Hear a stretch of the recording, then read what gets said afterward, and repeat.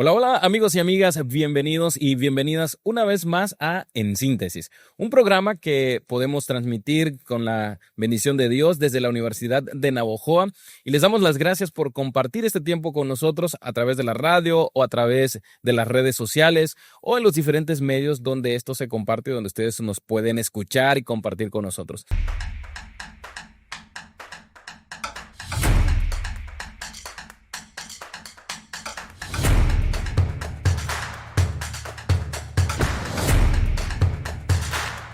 Estamos muy contentos de iniciar una nueva temporada. Este es el capítulo 2 de la temporada número 4 de En Síntesis. Como saben, estamos hablando o abordaremos ahora algunas temáticas relacionadas con la profecía bíblica. De entrada, ya solamente mencionar profecía bíblica puede sonar a un tema muy complicado, muy complejo, pero trataremos de hacerlo lo más fácil y accesible para todos, de tal manera que podamos aprender y tener una amena conversación. Y para hoy quiero darle la bienvenida a dos amigos míos, pero antes que nada, darles la bienvenida a ustedes. Bienvenidos entonces a En Síntesis.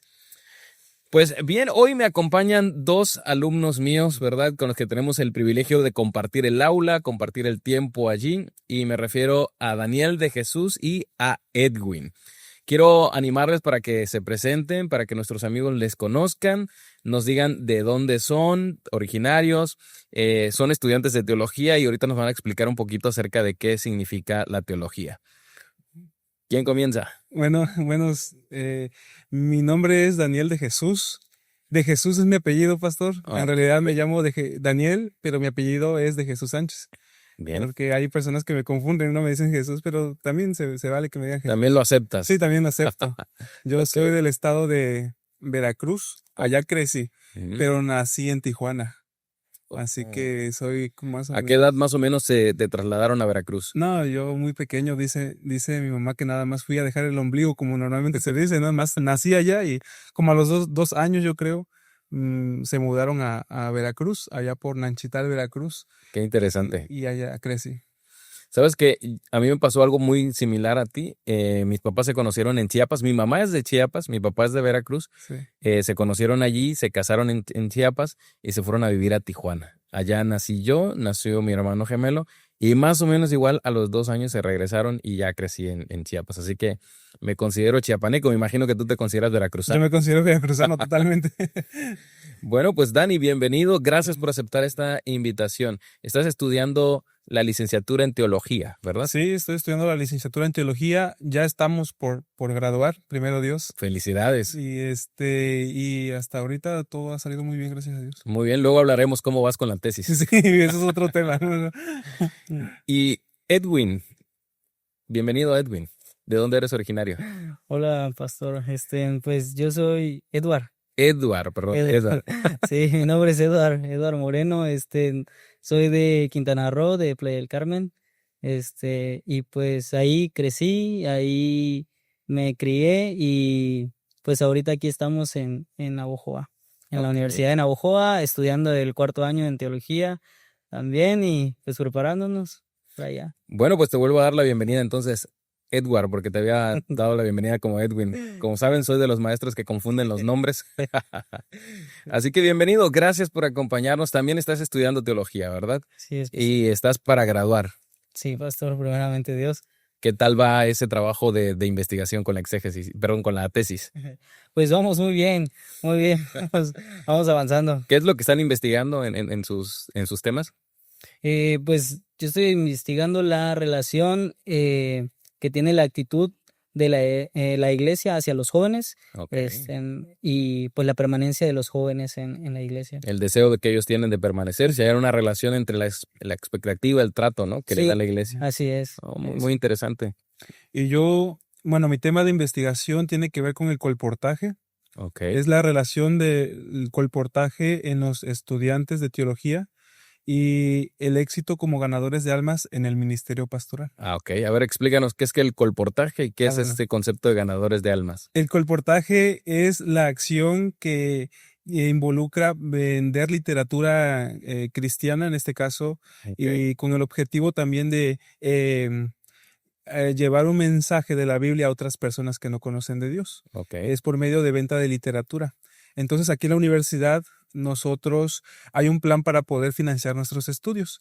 Y este proceso tiene que ver justamente con esto que le llamamos colportaje, que es vender literatura en vacaciones, en el periodo vacacional, para poder también solventar nuestros gastos y pagar la colegiatura. De hecho, es así como yo pude pagar la carrera también. Wow, interesante, ¿no? Y entonces aquellos que no tienen recursos propiamente, se dedican durante las vacaciones, es completamente opcional, ¿verdad? Cada quien se Sí. inscribe si así lo desea, va y hace esta labor, ese trabajo en diferentes ciudades y parte de las ganancias, bueno, todas las ganancias son para el estudiante, pero aparte la universidad le da una bonificación, ¿cierto? Sí, le dan un incentivo.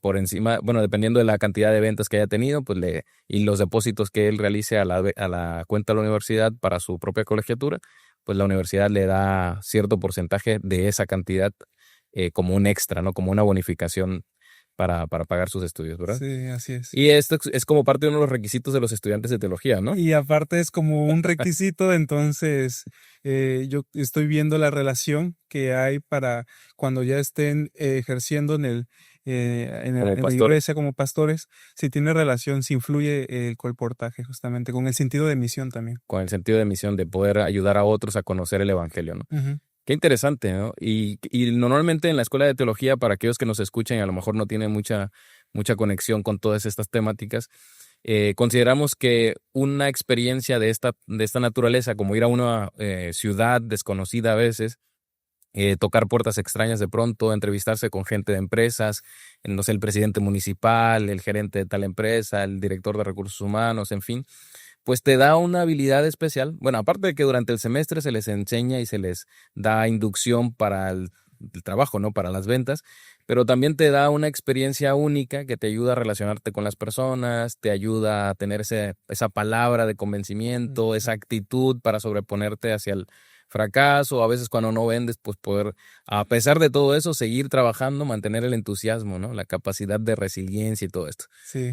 Así que lo consideramos un requisito importante dentro de la formación también de quien va a ser un pastor y va a estar al frente de congregaciones y va a estar dirigiendo e impulsando proyectos. Así es. Pues chicos, felicidades antes que nada por estar ya en la etapa final de su preparación. Sin duda alguna, sus familiares se sentirán muy orgullosos y muy satisfechos. Pues vamos a conversar. Ustedes son ya casi expertos. Digo, un par de meses ya oficialmente tendrán su título en teología. En temas de la Biblia. Y durante esta temporada estamos dialogando sobre las profecías bíblicas, principios de interpretación, figuras de lenguaje, símbolos que utilizan las profecías bíblicas y cómo podemos entenderlas y sobre todo qué importancia tienen para nosotros que vivimos en el siglo XXI. ¿Entender estos textos bíblicos tendrá alguna relevancia? ¿Será algo importante para las personas que a lo mejor ahorita no nos escuchan, están en el tráfico, están lavando un auto tal vez, o están en el trabajo, no sé qué estén haciendo?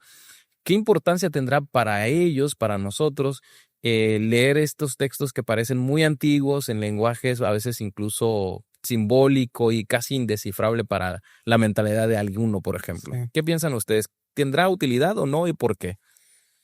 Totalmente.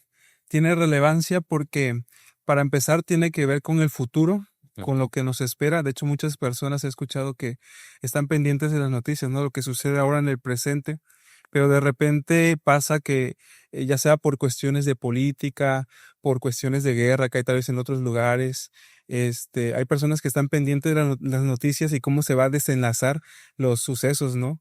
Hay gente que está muy pendiente acerca de esto. Y justamente la Biblia nos da una perspectiva qué sucederá más adelante. Entonces, no solamente en el ámbito cristiano, sino yo creo que es algo que nos interesa a todos. Muy bien. Sí. Edward, ¿verdad? Sí, eso. Edwin, Pues no, Edward. así es. Pues yo creo que sí es algo muy, muy interesante porque en la actualidad, pues yo creo que todos somos curiosos y siempre tendemos a preguntar el por qué, ¿no? De todo lo que está sucediendo, de por qué suceden tales cosas, por qué están ocurriendo y hasta en algún momento tal vez si llegamos a caer en un poquito de exageración, pero eh, pero creo que es bueno saber qué es lo que hay detrás o qué es lo que puede decir la palabra de Dios acerca de estas cosas y qué, pues, qué significa lo que está sucediendo en la actualidad. Muy bien. Ujú.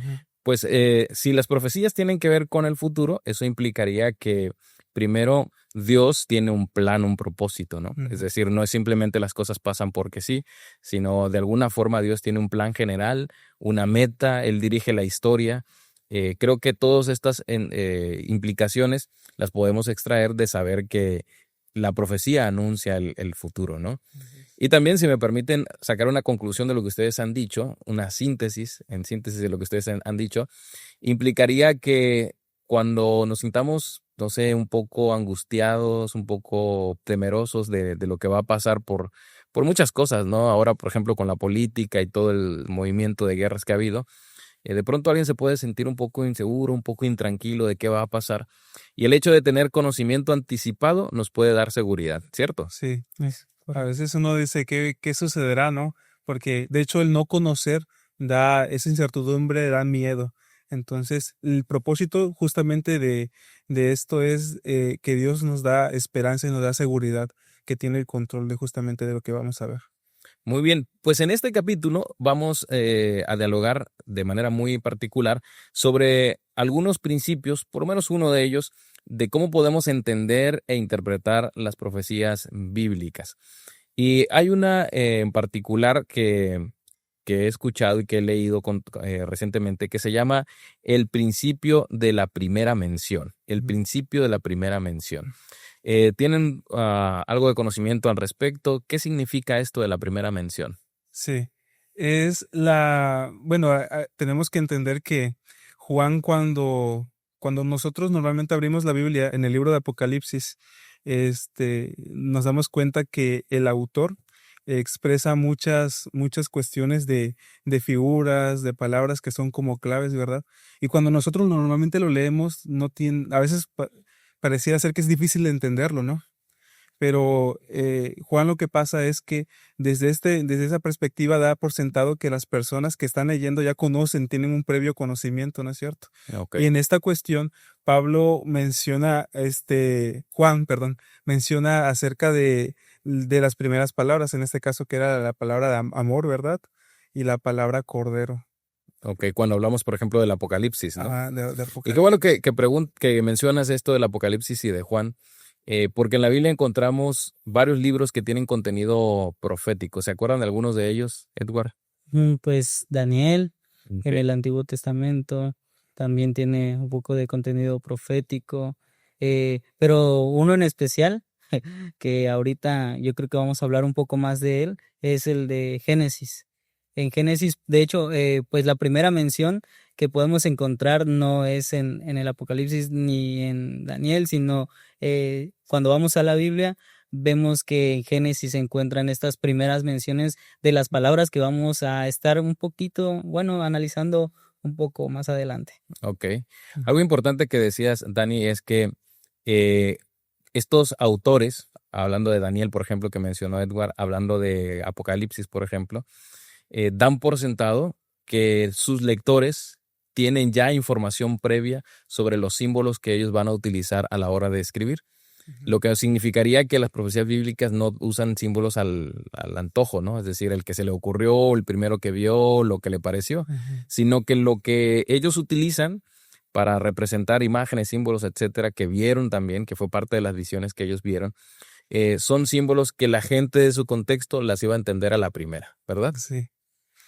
A la primera ya da por sentado que la gente ya estudió parte de la Biblia, ¿no? Lo que es principalmente el Antiguo Testamento.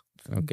Eran conocedores, no es como ahorita en la actualidad que tal vez muchos de nosotros pues no conocemos el tema, no sabemos, no identificamos cuáles son los símbolos, qué palabras son las palabras clave, no las identificamos, pero en ese tiempo las personas ya estaban familiarizadas con estas palabras y sabían de antemano qué es lo que querían dar a entender. Creo que el mensaje era más claro para ellos que para nosotros en la actualidad.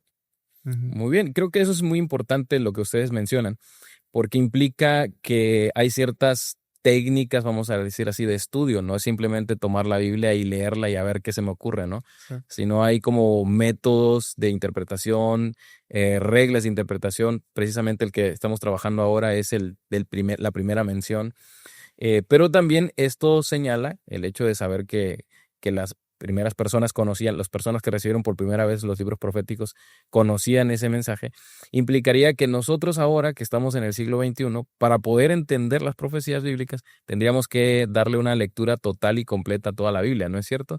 Mm. Y que hay ciertos libros que a veces a nosotros nos parecen que no tienen mucho lugar ahí, pero que tienen mucho más sentido cuando sabemos que la misma Biblia hace mención a estos textos, a estos libros, así que hay que leerla toda, tener un conocimiento general de toda la escritura sería muy beneficioso, y que aún esos libros que a veces no nos gustan tanto, porque son un poco difíciles de leer o lo que sea, también tienen su importancia a la hora de entender el mensaje de la Biblia, ¿no es cierto? Claro. Sí es.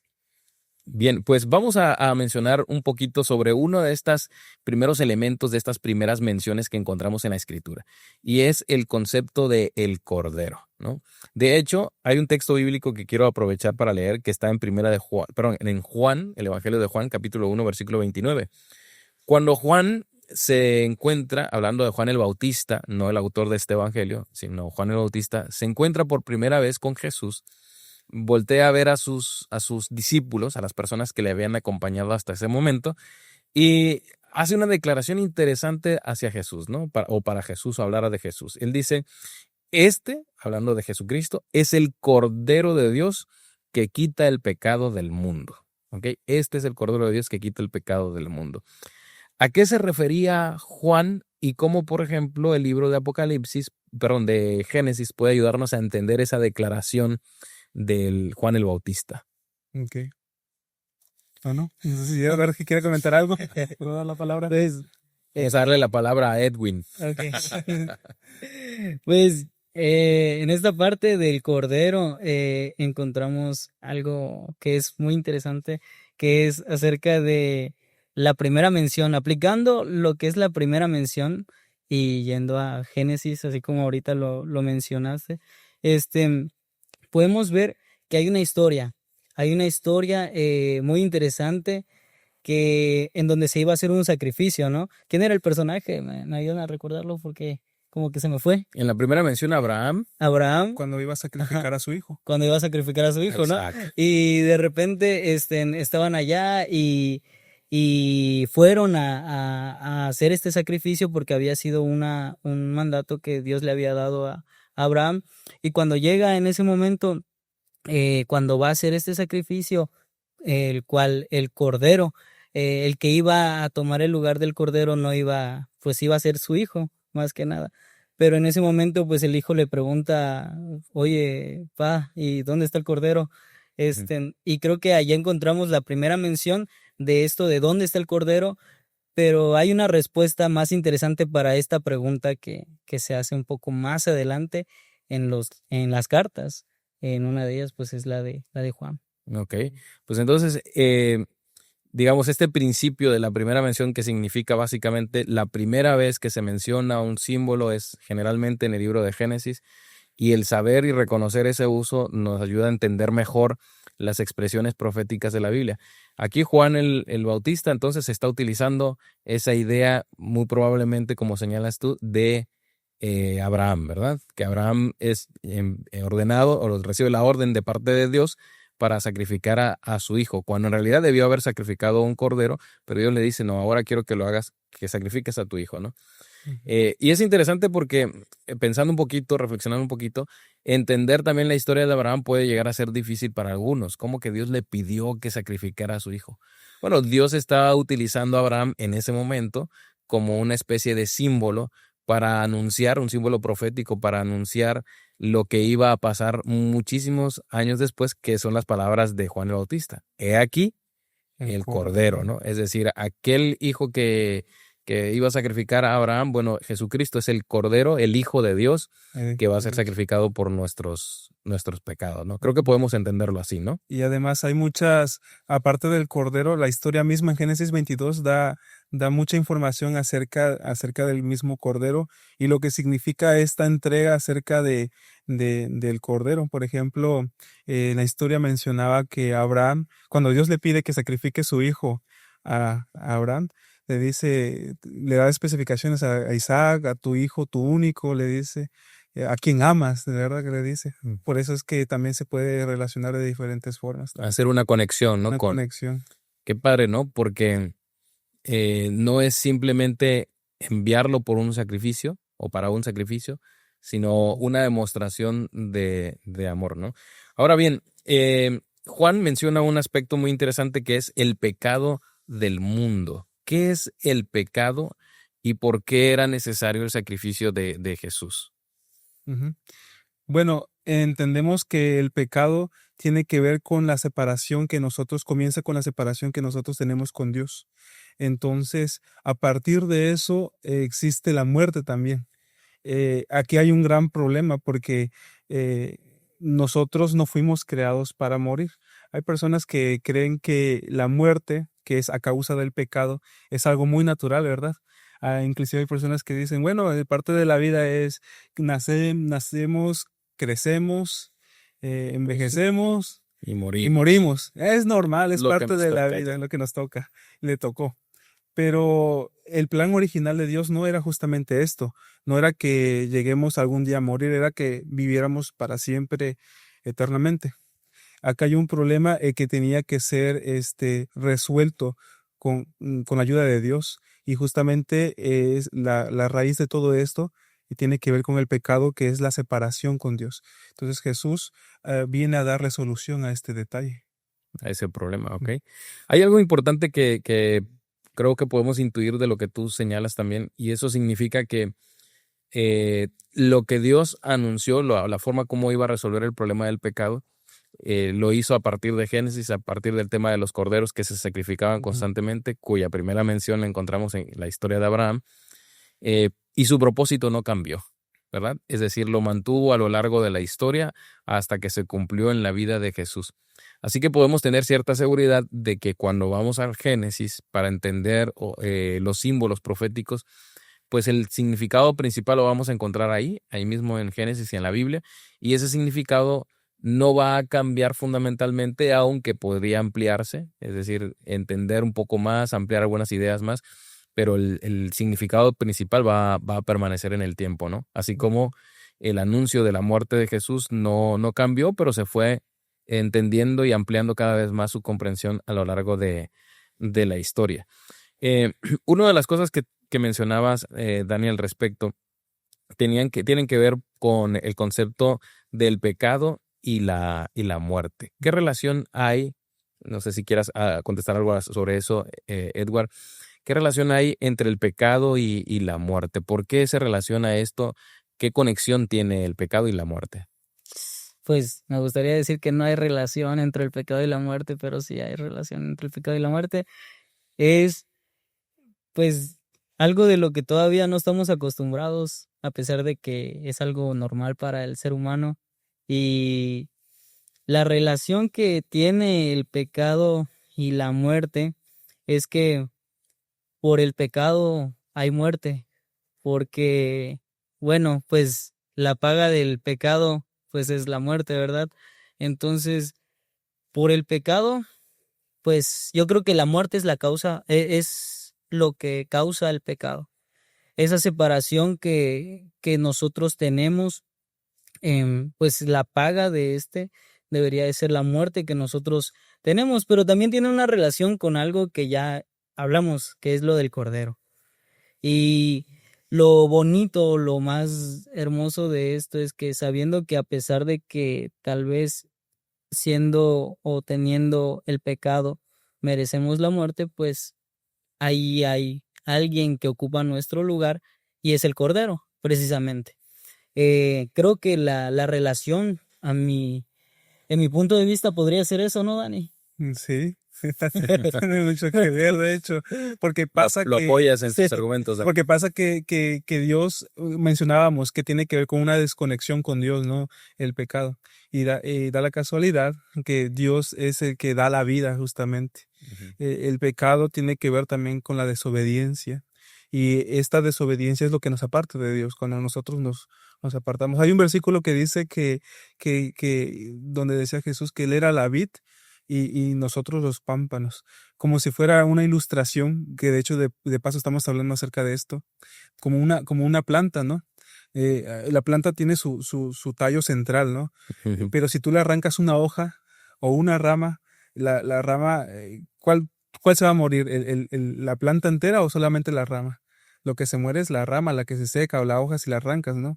Pero el tallo central es el que se mantiene con vida y el que da vida a las demás ramas. Lo mismo pasa desde este punto de vista con nosotros. Cuando nosotros de alguna forma espiritual también nos apartamos de Dios por medio ya sea del pecado o por desobediencia, nosotros empezamos también a morir.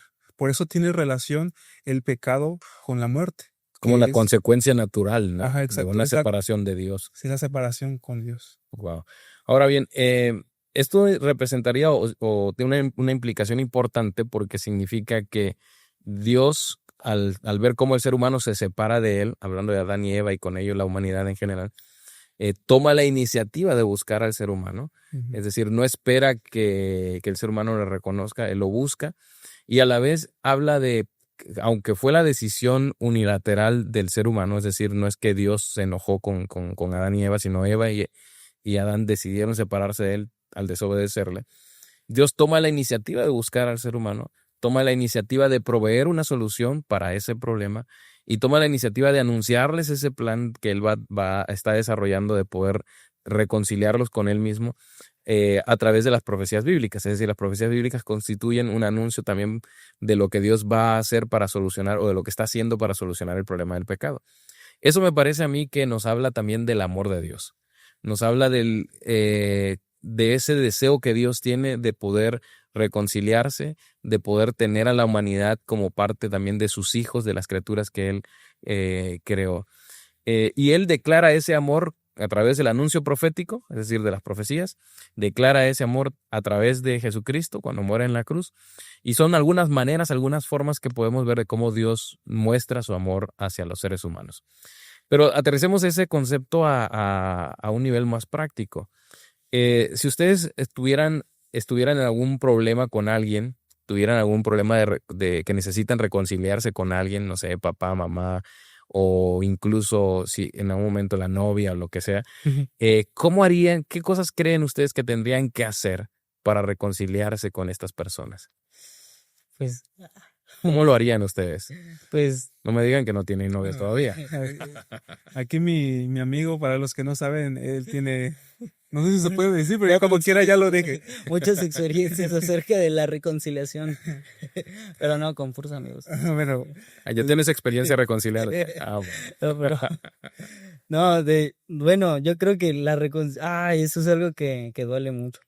Que duele porque, pues, están muchas cosas en juego naturalmente para las personas, y me incluyo, que es el orgullo y muchas cosas que no son amor propio, o bueno, nuestro concepto del amor propio siempre es como que egoísta, ¿no?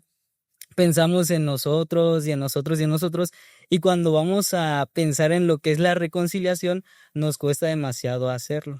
Demasiado. Agarramos y nos cuesta voltear a ver a la persona a la que le hemos hecho daño, o viceversa también. A veces nos han hecho daño y aún así, pues es necesario reconciliarnos, ¿verdad? A veces tú no tienes la culpa, pero necesitas ir y pedir perdón. Pero esto no es fácil y quiero pensar y recordar algo que a mí me pasó hace poco, y es que en un momento, pues yo tenía un problema con una persona, ¿no? Ni siquiera me acuerdo muy bien de qué problema era, pero nunca había tenido el valor de poder acercarme a esta persona y pedirle perdón. Nunca, nunca, nunca, nunca había tenido el valor de hacerlo. Había buscado muchas ocasiones, bueno, en mucho tiempo se me olvidó, pero ya después que pasó el tiempo, de que empecé a reflexionar y dije, no, pues yo tengo que pues pedir perdón, si no, nunca lo voy a hacer. Y agarré y me acerqué, bueno, me trataba de acercar a esta persona, pero siempre era como que se cerraba. Y de repente yo quería ir y tratar de entablar una plática o saludar, pero no, había un rechazo. Y en esto pues yo me quedaba como que, ¿qué está pasando? ¿Qué estoy haciendo mal? Tal vez no lo estoy haciendo de la forma correcta o en el momento indicado. Y lo dejé pasar. Así pasó mucho tiempo. Y en una ocasión hubo una actividad que hicimos, una actividad en donde pues se nos planteó una pregunta, ¿no? De que, bueno, se nos dio una indicación más bien de que si queríamos hacer algo, pues el tiempo era hoy. Si queríamos hacer algo, el tiempo era hoy. Y entonces, después de que se nos dio la oportunidad de hablar, de expresarnos y todo lo demás, nos dijeron, si tú tienes, si quieres pedir perdón, si quieres decir gracias, si quieres decir lo que quieras, dilo ahora. Ahora es el momento, manda un mensaje, haz una videollamada o acércate con la persona si está en ese lugar. Y daba la casualidad que esa persona estaba en ese lugar Hijo. también. Y yo estaba pensando que cómo le voy a hacer. Y tenía tenía muchos nervios, no sabía ni qué hacer. Lo pensé y en un momento dije, no, mejor no lo voy a hacer, mejor ya después agarro más valor y lo hago. Pero dentro de todo el momento en el que nos encontrábamos, que pues era muy emotivo también, pues hice uso de mi razón y dije, no, lo tengo que hacer ahorita. Y me acerqué, aunque tenía mucha pena, aunque tenía mucha vergüenza y orgullo también, me acerqué y tuve que dejar todo eso atrás y no pensar en nada más de que decirle perdóname. Y lo abracé y ahí me quebré yo también porque pues sentí que era la única manera de poder romperlo todo. Mira. Decirle adiós a lo que tenía en mi mente, a lo que me decía no lo hagas, decirle adiós y entonces solamente pedir perdón. Y pues creo que es muy difícil la reconciliación y es muy difícil para nosotros porque no estamos acostumbrados a ello. Pero tal vez solamente es cuestión de decir pues perdón y dejar de pensar en lo demás. Pero no sé. Muy bien, gracias Edward por compartirnos esa parte de tu vida, de tu experiencia, ¿no? No es fácil y creo que también habla de la valentía que se tiene que tener, ¿no? A pesar del miedo, del temor, de la cobardía o como dices, del orgullo, de poder levantarse y hacer la parte que corresponde hacer. Y eso me parece a mí nos pone en perspectiva de lo que Dios hizo por nosotros y que lo anunció desde el Génesis, ¿verdad? Yo voy a hacer esto con ustedes, enviar el Cordero para reconciliarnos con Él, enviar a Jesucristo para poder reconciliarnos y que Él pague la deuda que tienen pendiente con no solamente conmigo, sino con el universo en general, ¿no? Porque era el gobierno de Dios y otras cosas que ya estudiamos en la temporada pasada. Dani, ¿qué le recomendarías a las personas que hoy nos ven, nos escuchan en la radio, en diferentes lugares, en Campeche, por ejemplo? Quintana Roo. En Quintana Roo, en Quintana Roo, en Veracruz, en Chiapas, en Ciudad Juárez, no sé. Y hay personas allí que a lo mejor necesitan reconciliarse. Sí, entender las profecías y entender que Dios está buscando solucionar el problema del pecado y entender que Dios lo anunció desde el pasado, pero que en este momento ellos tienen una lucha con alguien en particular. ¿Qué cosas necesitan hacer así prácticas para decir, amar a una persona es también reconciliarte con esa persona, es también tener la capacidad de poder hacer qué? Es la capacidad de poder tener humildad, porque el proceso de la reconciliación no puede suceder si no damos nosotros el primer paso. Y para eso se necesita tener humildad, ¿no es cierto? Es muy incómodo de paso de decir cuando hay una relación que está fracturada o está rota, volver a buscar la manera en cómo hacer las paces, ¿no es cierto? Puede que haya problemas inclusive con la novia, la esposa, el esposo. Inclusive yo me acuerdo mucho cuando yo estaba pequeño, más en la adolescencia. De repente fui un poco más rebelde, pues, si se puede decir. Y más de alguna ocasión yo le falté el respeto a mi madre. Ella desde pequeños nos enseñó que si yo con mi hermano, por ejemplo, nos peleábamos, era yo el que tenía que pedirle primero perdón a mi hermano. Y ahí nos hacía abrazarnos y ahí llorábamos los dos. Uh-huh. Pero algo que entiendo es que nace de uno, pues la intención para pedirle perdón al otro y para eso se requiere mucha humildad. Entonces, sí, reconocer que también nosotros nos equivocamos y aunque tal vez no nos hayamos equivocado, aunque tal vez la otra persona se haya equivocado, es nosotros acercarnos y con humildad pedir perdón o buscar la manera. Es lo que yo creo que podríamos hacer principalmente. Bien, gracias Dani, gracias Edward por sus aportes, por esta conversación. Me gustaría hacer una síntesis, ahora sí que en síntesis, de lo que hemos conversado hasta ahora. En esta temporada estamos hablando acerca de las profecías bíblicas, de cómo hay símbolos, hay metáforas y también hay principios para entenderla, para interpretarla y para poder comprenderla. Uno de esos principales elementos o leyes o principios que tenemos para entender las profecías bíblicas que analizamos en esta conversación es el principio de la primera mención. Eso significa la primera vez que aparece un símbolo, aparece un concepto en la Biblia, que a menudo está en el Génesis. Un ejemplo de ello es el Cordero, ¿no? El Cordero de Dios que quita el pecado del mundo. Para poder entender eso hay que ir al Génesis, y el Génesis nos habla de una relación fracturada entre Dios y los seres humanos, y de cómo un Dios estuvo dispuesto, o Dios estuvo dispuesto a proveer la solución. Nos dejó un símbolo, nos dejó una historia fantástica en Abraham y su hijo, que hoy la relatamos con mucha naturalidad, ¿no? Pero debió haber sido una experiencia muy complicada para él, tener que entregar a su único hijo. Pero eso que Abraham vivió y experimentó era un anuncio para lo que Dios haría a través de Jesucristo, entregar a su único hijo. Y no cabe duda que restablecer una relación, reconciliarnos, no es una tarea fácil, ¿no? Se requiere valentía, has dicho Edward, se requiere humildad, has dicho Dani.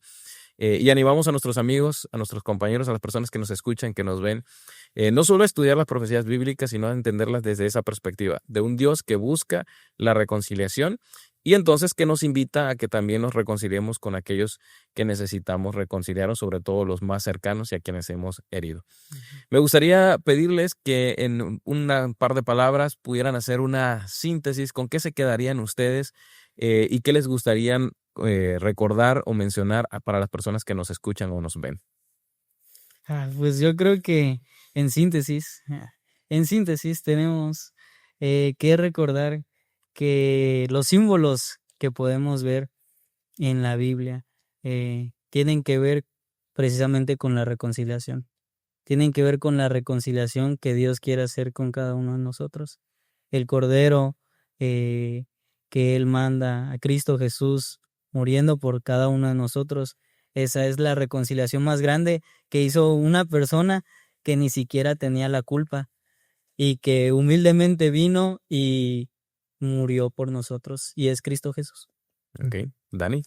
Que las alusiones que se le hace a Jesús como Cordero, Jesús siempre tuvo también la intención de tener una reconciliación con nosotros, no solo con las personas que se mencionan en el Antiguo Testamento, sino también con nosotros. Esa intención fue desde hace mucho tiempo, aun cuando nosotros no habíamos nacido. Ahí demuestra la humildad que tiene Dios y el grande amor con nosotros para poder recuperar esa relación que por causa de la desobediencia o el pecado nos ha separado de esa relación con Dios. Y Dios quiere tener otra vez esa relación estrecha con nosotros. Muy bien, muchas gracias. El libro de Apocalipsis termina con una imagen fantástica, cuando dice aquí el tabernáculo de Dios con los seres humanos, y Él morará con ellos, Él será su Dios. Entonces, eso nos habla de que también las profecías bíblicas, como bien han dicho ustedes, apuntan a que al final habrá una reconciliación total y absoluta. Dios y la humanidad podrán convivir incluso de manera física y compartir la eternidad, y todo eso es gracias solo a la bendición de Dios, al esfuerzo que Dios ha hecho. A nosotros nos toca solo aceptar ese sacrificio. Uh-huh. Pues Dani, Edward, no Edwin, ¿verdad? De Quintana Roo, no de Campeche. Gracias por habernos acompañado. No sé si quieran mandar un saludo, un último mensaje antes de despedirnos. Un saludo, Hermosillo. Un saludo, Hermosillo. Okay. Mensaje cifrado, muy bien. ¿Por qué Hermosillo? Yo me pregunto. Si él es de Quintana Roo. Un saludo a Quintana Roo también. Y bueno, yo un saludo también a mi novia, seguramente está viendo esto, a mi familia, y primeramente Dios, nos vemos aquí prontamente aquí en la UNAP. La graduación. Para la graduación. Y también saludos a mi asesor de tesis. Dios lo bendiga también, que me deje. Hombre sabio, ¿no? Saludar al asesor de tesis. Sí. Bueno, amigos, ha sido un placer de verdad compartir con ustedes este tiempo. Dani, Edward, gracias también. Y a ustedes que nos prestaron esta oportunidad de entrar, no sé, a su casa, acompañarles en el tráfico o donde quiera que nos hayan visto o escuchado.